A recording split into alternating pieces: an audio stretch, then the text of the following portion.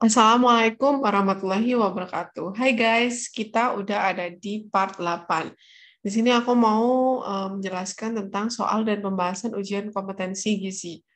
Oh ya, sudahkah kalian mempelajari part 1, 2, 3, 4, 5, 6, 7? Sebaiknya kalian juga mempelajari part-part sebelumnya ya. Nanti bakalan ada update part-part selanjutnya. Semangat belajar, semoga kita lulus UKOM bersama-sama. Oke, udah siap belum untuk ngerjain soal? Oke, nomor 71. Seorang ahli gizi melakukan penelitian pada sekelompok balita tentang pemberian PMT pemulihan pada balita yang menderita gizi kurang dan gizi buruk. Langkah awal yang dilakukan adalah dengan melakukan screening pada sejumlah sampel balita. Apakah indeks status gizi yang digunakan pada kasus tersebut A. TB menurut umur, B. berat badan menurut umur, C. berat badan menurut tinggi badan, dan D. IMT menurut umur, dan E. lila menurut umur. Jadi menurut kalian apa nih jawabannya? Jadi untuk indikatornya di dalam soal ini keywordnya dia menderita gizi kurang dan gizi buruk. Sebaiknya screening yang tepat itu apa? Sudah bisa menjawab? Ya, jawabannya adalah berat badan menurut tinggi badan. Menurut SK Antropometri PMK nomor 2 tahun 2020, indikator gizi kurang dan gizi buruk dapat dinilai dari indeks antropometri berat badan menurut tinggi badan. Lanjut, nomor 72. Seorang ahli gizi bernama Nani, usia 35 tahun, sedang memproduksi makanan yang akan dijual di pasar Siteba. Makanan tersebut dibuat dengan bahan makanan yang ada, yaitu bahan makanan lokal dan tidak menggunakan bahan pengawet yang dilarang oleh pemerintah. Dari hasil jualan Ibu Nani ini, ternyata pembelian cukup banyak, sehingga Bu Nani sangat gembira dengan usaha yang ia lakukan. Peluang usaha di bidang apa yang dilakukan oleh Bu Nani? A. Bidang jasa boga, B. Bidang olahraga, C. Bidang pertanian, D. Bidang makanan suplemen, dan E. Bidang perikanan. Ini sudah jelas sekali dalam soal menceritakan bahwa Bu Nani ini membuat makanan. Berarti jawabannya adalah bidang jasa boga yang A. Lanjut. Oh, ini ada pembahasannya. Usaha boga adalah suatu kegiatan atau aktivitas yang dilakukan untuk menciptakan atau menangani bidang makanan dan minuman. Benar sekali, relate dengan soal ini. Lanjut, nomor 73. Seorang ahli gizi ingin mengetahui informasi konsumsi gizi individu secara kualitatif. Informasi yang ingin diperoleh oleh ahli gizi tersebut yaitu frekuensi dan kebiasaan makan individu di wilayah kerjanya. Apakah instrumen yang tepat untuk kasus tersebut? A. Recall 24 jam, B. Dietary history, C. Food frequency questionnaire, dan D. Estimated food record, dan E. Food waging. Ya, dari soal ada keyword konsumsi gizi individu secara kualitatif. Menurut kalian apa nih jawaban yang tepat? Untuk menyambut UKOM, kalian harus hafal recall 24 jam itu yang kayak gimana, dietary history itu yang kayak gimana, FFQ yang kayak gimana, estimated food record kayak gimana, food waging kayak gimana. Jadi jawabannya ini adalah FFQ ya. Benar, FFQ itu merupakan salah satu instrumen kualitatif. Lanjut.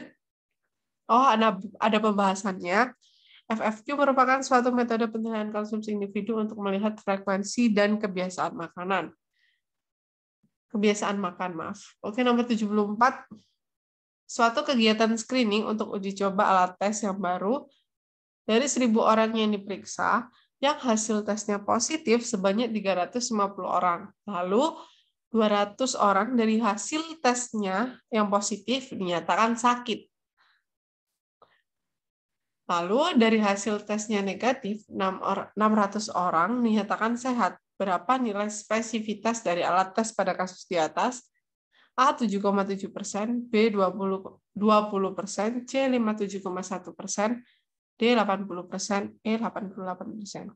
Oh ya teman-teman, ini soal UKOM ini sering kali keluar tentang sensitivitas, spesifisitas, false rate, false positif, false negatif itu sering keluar. Jadi kalian harus mengerti cara mengerjakannya seperti apa, cara cepatnya seperti apa.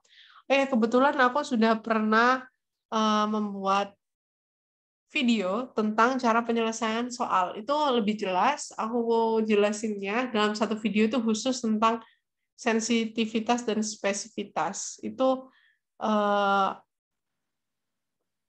tentang alat, apa ya namanya? Alat tes ya, emang alat tes. Oke, aku beri waktu kalian untuk mengerjakan.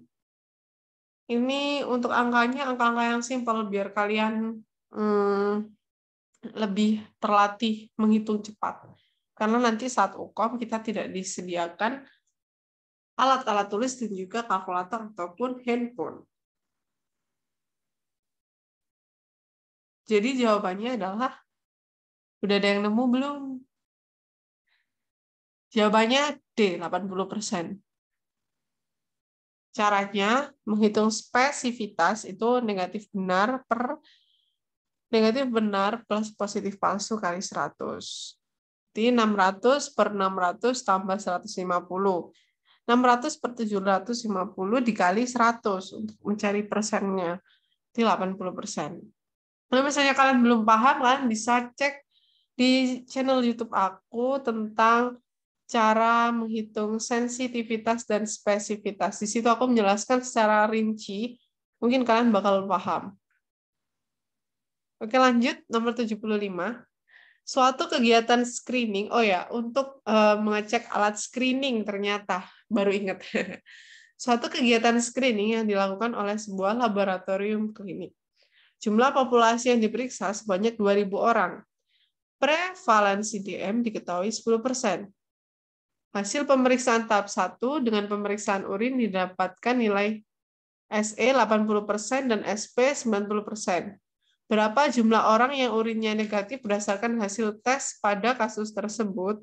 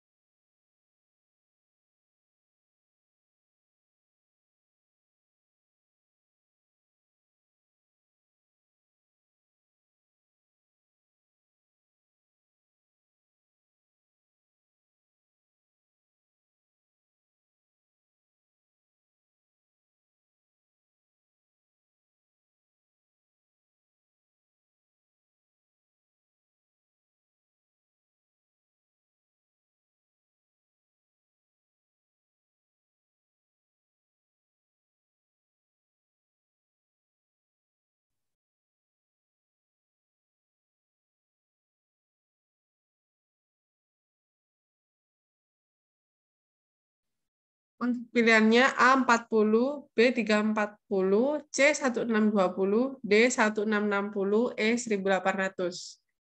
Udah cukup kan waktu yang aku berikan untuk mengerjakan?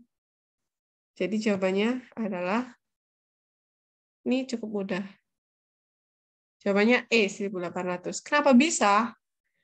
Prevalensi DM-nya itu 10%. Jadi, kan yang diperiksa 2.000. Berarti 10%-nya dari 2.000 kan 200.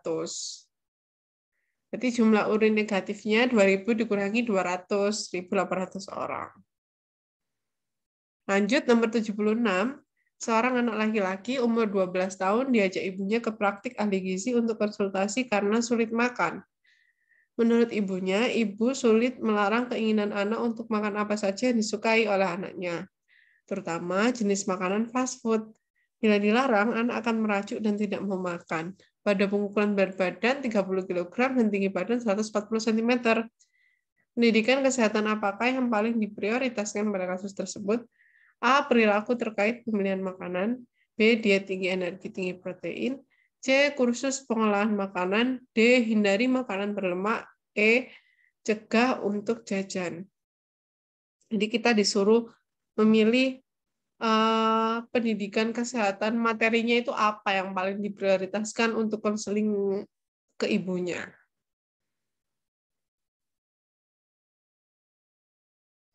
Gampang banget. Jadi jawabannya adalah A. Perilaku terkait pemilihan makanan. Pemilihan makanan yang bergizi seimbang sangat sesuai dengan kasus di atas untuk mencegah terjadinya masalah gizi. Lanjut, nomor 77. Seorang ahli gizi melakukan penyuluhan pada ibu hamil dan menyusui di posyandu. Ahli gizi menyampaikan pesan gizi seimbang secara lisan dan terlebih dahulu membuat materi dan dibagikan ke peserta. Apakah metode penyuluhan yang dilakukan oleh ahli gizi pada kasus tersebut? A. Ceramah, B. Demonstrasi, C. Curah pendapat, D. Snowball, dan E. Bermain peran. Ini gampang banget. Menyampaikan pesan gizi seimbang secara lisan dan terlebih dahulu membuat materi. Apa berarti? A. Ceramah. Terima kasih bagi kamu, selamat bagi kamu yang sudah menjawab dengan benar dalam satu part ini. Dari sekian soal udah berapa benar, berapa salah nih. Ayo, kita harus berlatih. Metode ceramah merupakan salah satu metode penyuluhan yang dilakukan melalui tutur kata atau penjelasan lisan oleh penyuluh langsung kepada petani atau sasaran. Ini kayaknya yang ngasih pembahasan lebih ke umum ya, kok kepada petani. Gak apa-apa nih. Yang penting dalam satu artian. Waduh, lanjut nomor 78. Petugas penerimaan bahan makanan di suatu rumah sakit melakukan kegiatan pemeriksaan, pencatatan, dan pelaporan tentang macam, kualitas, kuantitas, bahan makanan yang diterima sesuai dengan jumlah pesanan serta spesifikasi yang ditetapkan. Sistem apa yang digunakan rumah sakit tersebut dalam penerimaan bahan makanan? A. Buta, B. Konvensional, C. Tradisional, D. Modern, dan E. Online. Jadi ini gampang banget. Kayaknya kalian pasti tahu, soalnya ini sering kita ketahui saat kita PKL atau saat mata kuliah MSPM. Jadi jawabannya adalah B, konvensional. Jadi kalian harus tahu apa itu buta, apa itu konvensional, apa itu tradisional, apa itu modern, apa online. Kayaknya yang online ini nggak ada deh, cuma mengecoh. Jadi kalian harus paham dan bisa memilah. Kalau misalnya kalian nggak hafal, ya kalian bisa memilah, oh ini kayaknya nggak mungkin deh jawabannya gitu. Konvensional, petugas penerima bahan makanan menerima faktur pembelian dengan spesifikasinya, sehingga apabila jumlah dan mutu tidak sesuai petugas penerima berhak mengembalikannya. Prosedur pengembalian bahan makanan sebaiknya petugas pengiriman bahan makanan ikut mengakui adanya ketidakcocokan pesanan dengan pengiriman, yang ditandai dengan membubuhkan tanda tangan di lembar pengembalian bahan makanan tersebut. Oke, lanjut nomor 79. Untuk menjamin makanan yang disajikan selalu konsisten dalam kuantitas dan kualitas, cita rasa, serta panduan kerja bagi juru masak, maka diperlukan beberapa standar. Standar apa yang harus dibuat ahli gizi untuk menjamin kedua konsistensi tersebut? A. Standar bahan makanan, B. Standar resep, C. Standar bumbu, D. Standar porsi, dan E. Standar menu. Ini gampang banget. Pasti kalian sekali baca soal langsung tek, itu jawabannya. Jawabannya adalah B. Standar resep. Benar banget. Standar resep adalah satu set instruksi yang menjelaskan cara yang spesifik dalam menyiapkan masakan tertentu dengan menggunakan alat tertentu dan hidangan sesuai selera tertentu. Berikut adalah beberapa poin penting dalam standar resep. Ada nama resep, hasil termasuk porsi dan ukuran, lalu bahan makanan dan jumlah, lalu alat yang dibutuhkan, lalu petunjuk dalam persiapan dan pemasakan yang dibuat secara sederhana, dan waktu yang dibutuhkan untuk persiapan dan memasak, lalu cara menghidangkan, dan juga petunjuk untuk menyimpan. Nah, standar resep ini penting sekali ya. Kalau misalnya suatu resep dipakai oleh orang A dan suatu resep yang diciptakan oleh orang A dan mau digunakan oleh orang B, mungkin bakalan tepat ya, dengan rasa yang sama, bentuk yang sama, warna yang sama, kalau misalnya melakukan sesuai instruksi. Lanjut, nomor terakhir, nomor 80. Wow, nggak kerasa banget ya, udah sampai part berapa ya ini? Aku juga lupa. Udah sampai nomor 80. Berarti kurang 100 soal lagi. Karena waktu UKOM kita dikasih waktu 3 jam untuk mengerjakan 180 soal. Semangat! Nah, ini soalnya agak susah ya. Ini pernah keluar juga. Dalam sebuah penelitian, seorang ahli gizi akan menentukan kadar air dari jagung basah.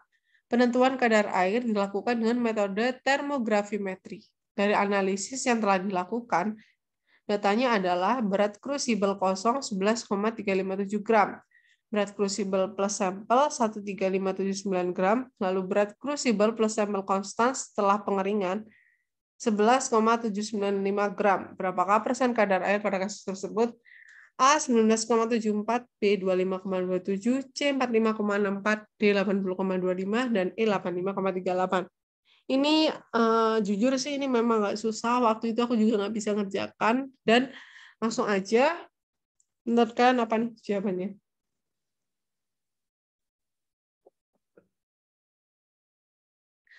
Jadi jawabannya adalah D 80,25. Untuk pembahasannya, berat sampel 13,579 dikurangi 11,357 itu sama dengan 2,22. Lalu kita mencari berat sampel konstan setengah pengeringannya itu berapa? 11,795 kurangi 11,357. Hasilnya 0,438. Lalu kita mencari persen berat keringnya. Berat keringnya itu 0,438 per 2,22. Kan udah kita hitung tadi ya, dapat hasil 19,71. Lalu persen kadar airnya berapa? 100 kurangi 19,72, berarti 80,28. Karena tidak ada 80,28, kita mencari jawaban yang paling mendekati, yakni 80,25, yaitu yang D. Oke, terima kasih sudah menyimak di part ini. Mungkin jika ada komen dan ada hal yang perlu didiskusikan atau ada saran buat aku, silakan komen di kolom komentar. Terima kasih, semoga sukses UKOM di tahun ini. Wassalamualaikum warahmatullahi wabarakatuh.